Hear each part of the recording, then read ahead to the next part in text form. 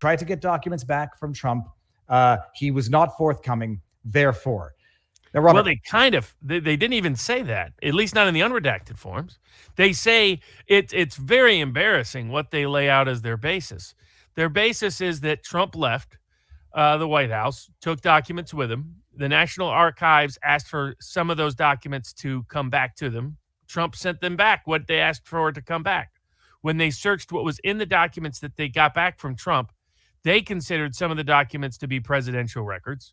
The archives, and the archives considered some of the records to be classified records or labeled classified. Based on that, the same division that did Russiagate is the same division responsible here. It's Jay Bratt, head of the counterintelligence division of the National Security Division of the FBI. It's the exact same people that ran Russiagate. It's the exact same people that covered up for Clinton. I mean, it's literally the same division and the same department within the FBI that has been in charge of all of these cases magically and miraculously. So here they are. This is the deep state. This is the heart of the deep state in federal law enforcement. Hey all, Glenn Kirshner here. So let's do a quick update to the Mar-a-Lago search warrant story. You already know the backstory.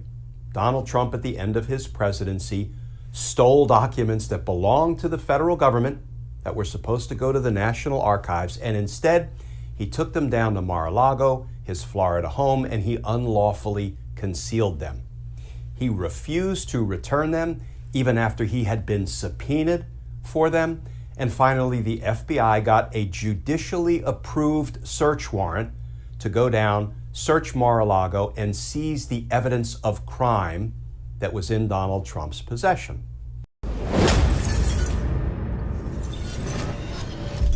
All right, so when it comes to the Trump affidavit, we have very, very different takes on it, depending on which side of the political spectrum you are. Here's what MSNBC is saying. I'm going to start with this. After this bombshell release, what do you think of Trump's legal team's strategy is going to be after this affidavit's been released? I mean, I can't believe they haven't already just started shredding everything, right? Look, Jason, my top level expert legal analysis of the affidavit is, why ain't this dude in jail?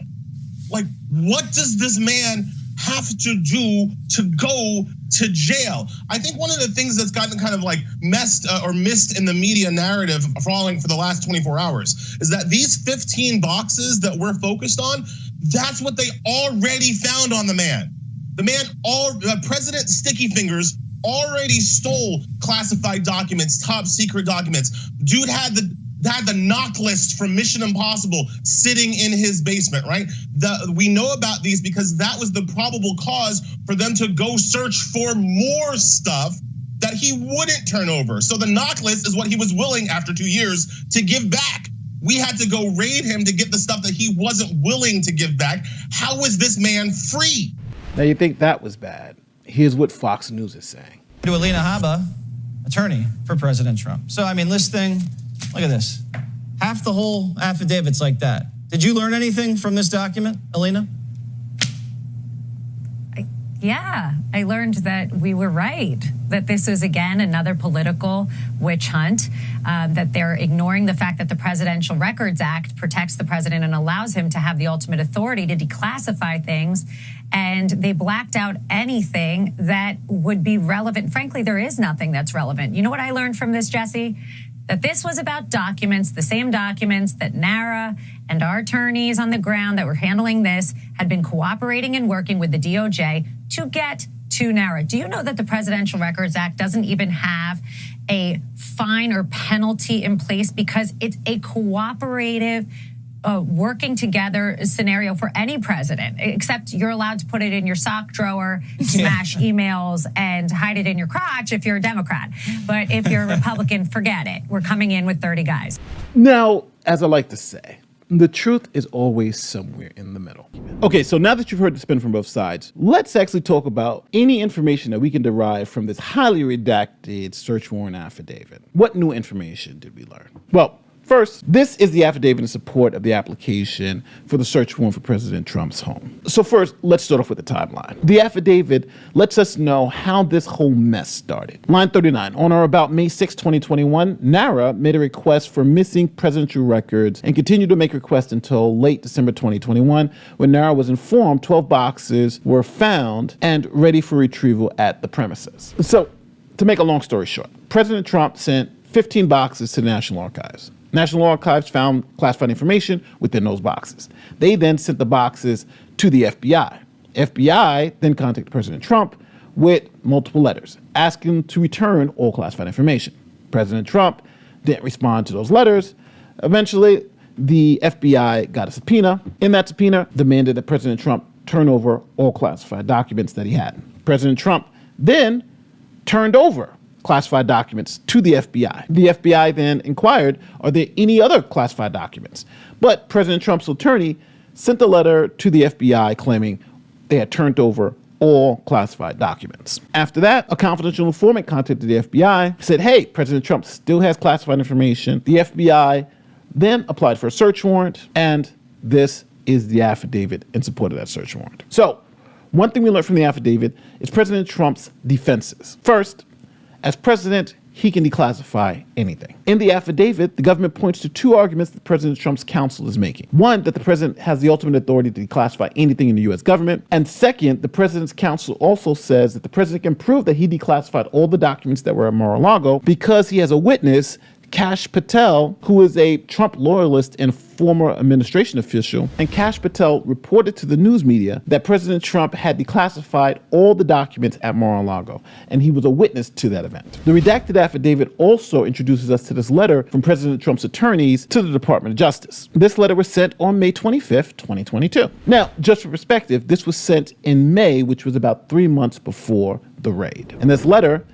they reiterate the same things, that President Trump has the authority to declassify anything, that President Trump actually declassified this stuff, and that if the government was looking at charging President Trump with a crime, specifically 18 Usc Section 1924A, yes, President Trump's attorney put that in this letter, then they essentially will not have a case because President Trump, as president, can declassify, classify any documents he chooses, and he's declassified these documents. Now, the president's attorney is correct. 18 Usc Section 1924 is about the unauthorized use and retention or mishandling of classified documents. It literally says classified information in the United States. But the president's search warrant didn't quote this law as one of the reasons why they needed to do the search. See, in the actual materials, the government points to three distinct laws.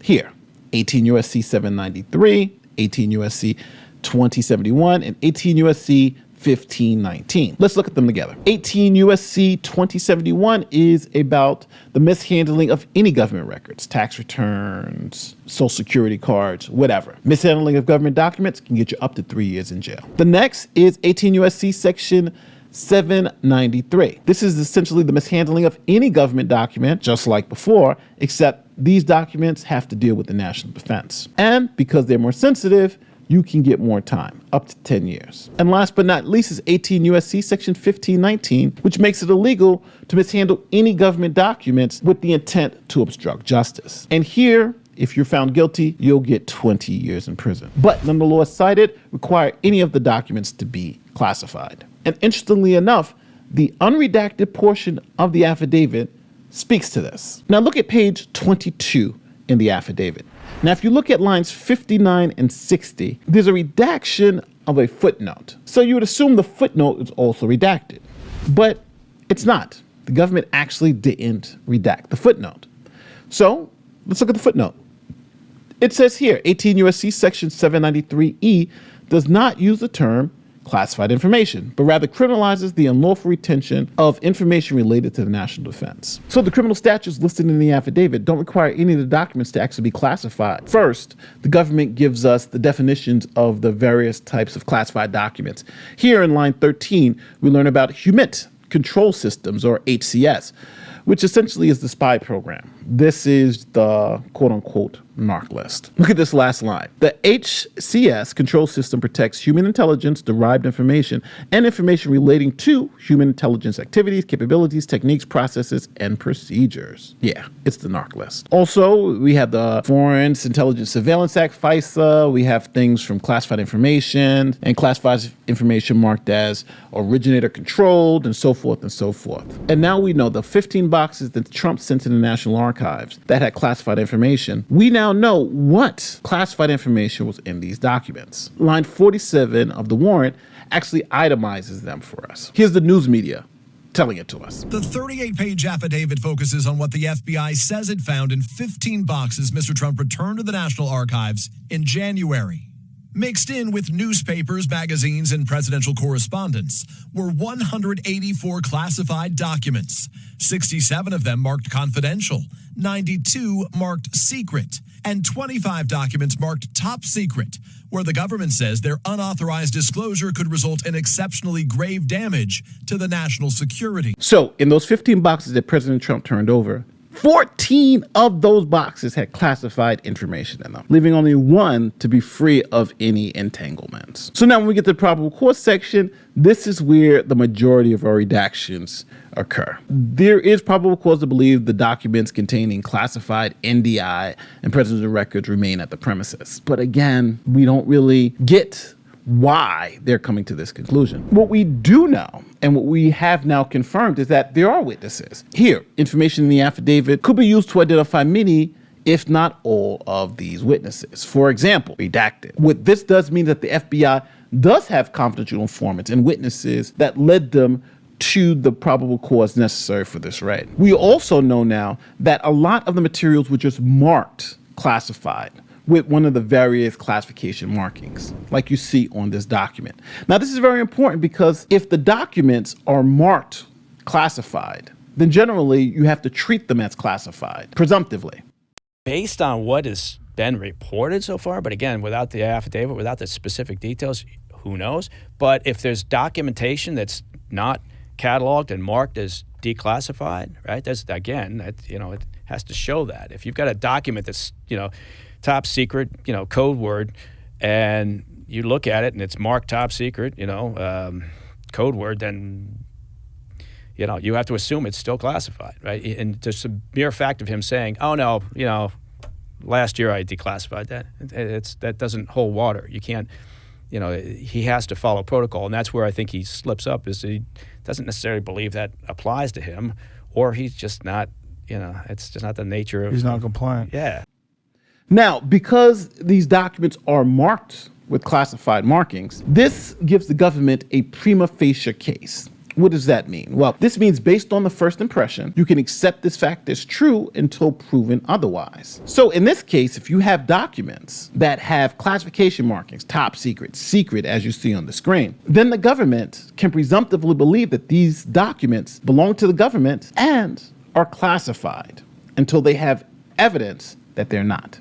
And remember, the government's not even alleging they're classified. They're just alleging that this is U.S. government property that has not been returned. So essentially, the government is saying that President Trump stored government property unauthorized at Mar-a-Lago. Here, line 77 of the affidavit. Based upon the investigation, I believe that the storage room, former President of the United States residential suite, Pine Hill, the 45 office and other spaces within the premises are not currently authorized locations for the storage of classified information, or NDI. Similarly, based upon this investigation, I do not believe that any space within the premises have been authorized for storage of classified information, at least since the end of the former President of the United States presidential administration on June 20th, 2021. So the government's alleging that these three laws have been violated and that President Trump was not authorized to have U.S. government property, specifically governmental records, at that location.